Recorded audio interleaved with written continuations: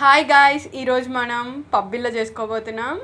ఈ పబ్బిళ్ళకి కావాల్సిన పదార్థాలు ఏమేమి అంటే 4 గ్లాసెస్ బియ్యపిండి, హాఫ్ గ్లాస్ వచ్చి శనగకాయ పప్పు, హాఫ్ గ్లాస్ వచ్చి తినేశనగపప్పు, 10 ఎండుమిరపకాయలు, 10 పచ్చిమిరపకాయలు, కొంచెం కరివేపాకు, కొంచెం నువ్వులు, కొంచెం కొత్తిమీర, 4 అవర్స్ నానబెట్టుకున్నటువంటి పెసరపప్పు, పచ్చెనగపప్పు.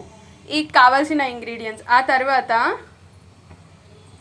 మనం మిక్సీలో ఈ తినేశనగ పప్పుని బాగా పౌడర్ చేసుకోవాలి. ఇవి ఎక్కువ కాకుండా చూసుకోండి, హాఫ్ కప్పే వేసుకోండి. ఎక్కువ వేసుకున్నారంటే నూనె చాలా అంటే చాలా లాగేస్తుంది మీకు. ఇటువంటి బాగా గ్రైండ్ చేసుకున్నటువంటి పప్పులని, హాఫ్ గ్లాస్ పప్పులని పెండిలో పోసేసుకుంటున్నాం. ఆ తర్వాత వేరుశనగ పప్పుని పలుకుగా వేసుకోవాలి. వేరుశనగ పప్పుని పలుకుగా మనం మిక్సీకి పట్టుకోవాలి. చూడండి, వేరుశనగ పప్పు అంతా మనం పలుకుగా పట్టుకున్నాం. దాన్ని కూడా బియ్యం పిండిలో పోసుకుంటున్నాం. చూడండి, పలుకుగా ఉంది. నెక్స్ట్ వచ్చేసి ఎండుమిరపకాయలు, పచ్చిమిరపకాయలు వేసేసుకుంటున్నాం. కరివేపాకు కూడా ఇప్పుడే గ్రైండ్ చేసేసుకుంటున్నాం. ఆకుగా వేసుకుంటే బాగుండదు, అందుకని కొంచెం గ్రైండ్ చేసుకుంటున్నాం. దీంట్లో ఇంకా సాల్ట్ వేసుకుంటున్నాం.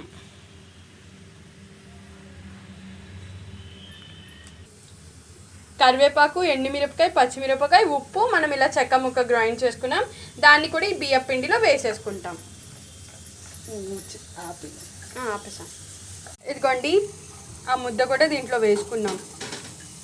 నువ్వులన్నీ కూడా ఈ పిండిలో వేసేసుకుంటున్నాం.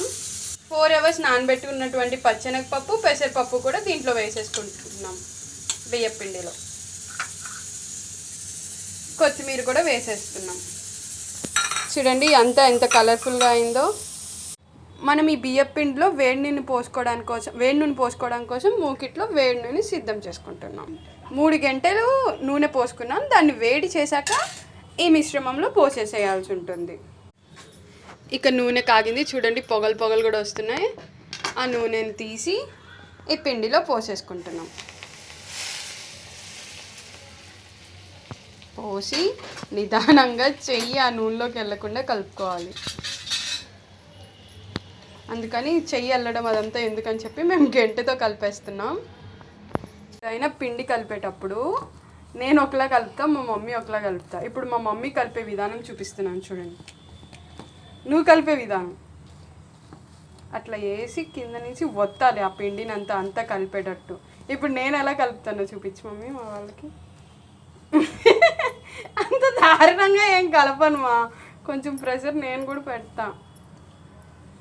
సరేలే, ఇంకా నువ్వు కలిపే విధానమే చూపించు మా వాళ్ళకి.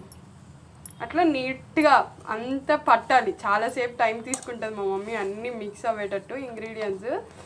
అదంతా కలుపుకోవడానికి ముందుగా మేము ఏం చేసామంటే ఒక బాండిట్లో నూనెని హీట్ చేసుకోవడానికి నూనెని పెట్టుకున్నాము. పక్కన కొంచెం ఆయిల్ పెట్టుకున్నాము. ఎందుకంటే మనము ఈ పబ్బిలో తట్టేటప్పుడు చేతికి నూనె రాసుకోవాల్సి ఉంటుంది, ఒక పాలిథిన్ కవర్కి నూనె రాసుకోవాల్సి ఉంటుంది. వాటి కోసం కొంచెం ఆయిల్ని పెట్టుకున్నాం మేము పక్కన. కొంచెం పిండిలో కొంచెం నీళ్ళు వేసుకొని మనం టేస్ట్ చూసుకోవాలి. ఏమన్నా పడతాయా, కారం పడుతుందా, ఉప్పు పడుతుందా, ఇంకేమన్నా పడతాయా అనేది చూసుకోవాలి. ఏం పడుతుంది అనిపిస్తుంది? అన్నీ కరెక్ట్గా సరిపోయాయా? అన్నీ కరెక్ట్గా సరిపోయాయండి, ఏమీ పట్టవు ఇంకా. అంతే. దీనికి కూడా ఈ పబ్బిళ్ళకు కూడా మొత్తం పిండి అయితే ఒకేసారి కలుపుకోవద్దు. మనకు ఒక వాయికి సరిపడేంత పిండిని కలుపుకోవాలి. ఇట్లా వాటర్ పోసుకొని ఒక 2 వాయిలకి సరిపడేంత పిండిని కలుపుకుంటున్నాం.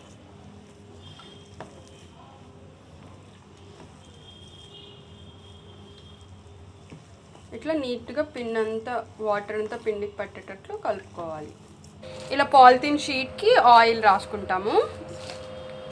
2 టైమ్స్కి ఒకసారి రాసుకోవాలి. అంటే ఇదిగోండి, ఇలా బాల్స్గా మనం చేసుకోవాలి.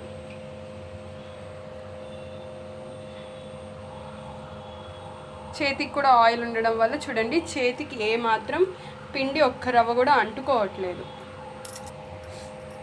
అట్లా వాల్ చేసుకుంటాం. ఇదిగోండి ఈ విధంగా ఉండలు చేసుకొని పాలిథిన్ షీట్ మీద వేసుకున్నాం. అన్నిటినీ పబ్బిళ్ళలా ఇలా ఒత్తుకోకుండా మనం ఒక ఈజీ టెక్నిక్లో చేస్తాం చూడండి. ఇంకొక పాలిథిన్ కవర్ తీసుకొని ఆ పబ్బిళ్ళ మీద వేసి ఒక రౌండ్ గిన్నె తీసి అలా ఒత్తుకుంటాం. కవర్ రాయలేదు, ఆయిల్ కవర్కి రాయలేదా? అట్లా ఒకవేళ మీకు గిన్నెతో కానీ పైకి వచ్చిందంటే కొంచెం దాన్ని తీసుకొని వేసుకోండి. చూడండి అలా ఒత్తుకుంటున్నాం చూడండి. కింద పట్టుకొని లేపండి. ఇంకా పాలిథిన్ షీట్ ఆ పాలిథిన్ షీట్ జరుపుకుంటూ మీరు జాగ్రత్తగా అది ఎత్తుకుంటూ ఇంకో దాని మీద ఒత్తుకోవాలా. కొంచెం జరుగుతూ ఉంటాయి కానీ మనకి ఇది కొంచెం ఈజీ ఉంటుంది. చూడండి, ట్రై చేయండి ఎప్పుడైనా.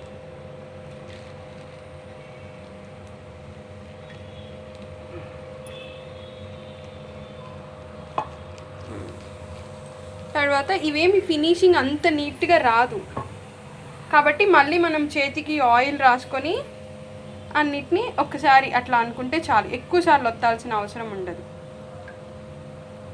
ఎడ్జెస్ అన్నీ కూడా కొంచెం అన్ఈక్వల్గా ఉంటాయి. కొంచెం వేళ్ళతో ఇట్లా అనేసుకోండి.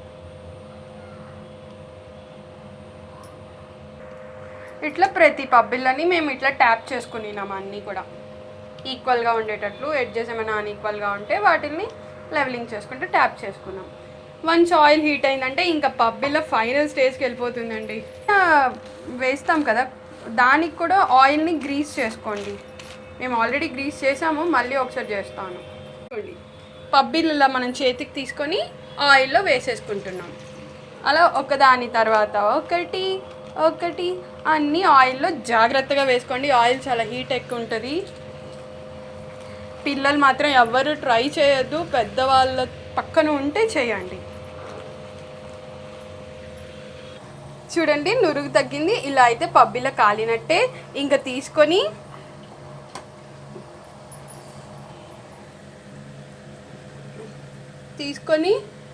పక్కనే స్ట్రైనర్లో స్ట్రైన్ చేసుకోండి ఆయిల్ని. పైనుండే ఆయిల్ అయితే స్ట్రైన్ అవుతుంది, లోపల ఉండే ఆయిల్ మాత్రం మన పొట్టలో వెళ్ళాకే స్ట్రైన్ అవ్వాలి. ఇలా ఒకదాని తర్వాత ఒకటి స్ట్రైనర్లో వేసుకొని ఆయిల్ అంతా స్ట్రైన్ అవ్వటట్టు చూసుకోండి. చూడండి ఇంకా ఆయిల్ స్ట్రైన్ అయింది. స్ట్రైన్ అయ్యాక ఇవన్నీ తీసి మనం ఒక టిష్యూ పేపర్ ఉన్న దాంట్లో ఇలా వేసేసుకోవాలి.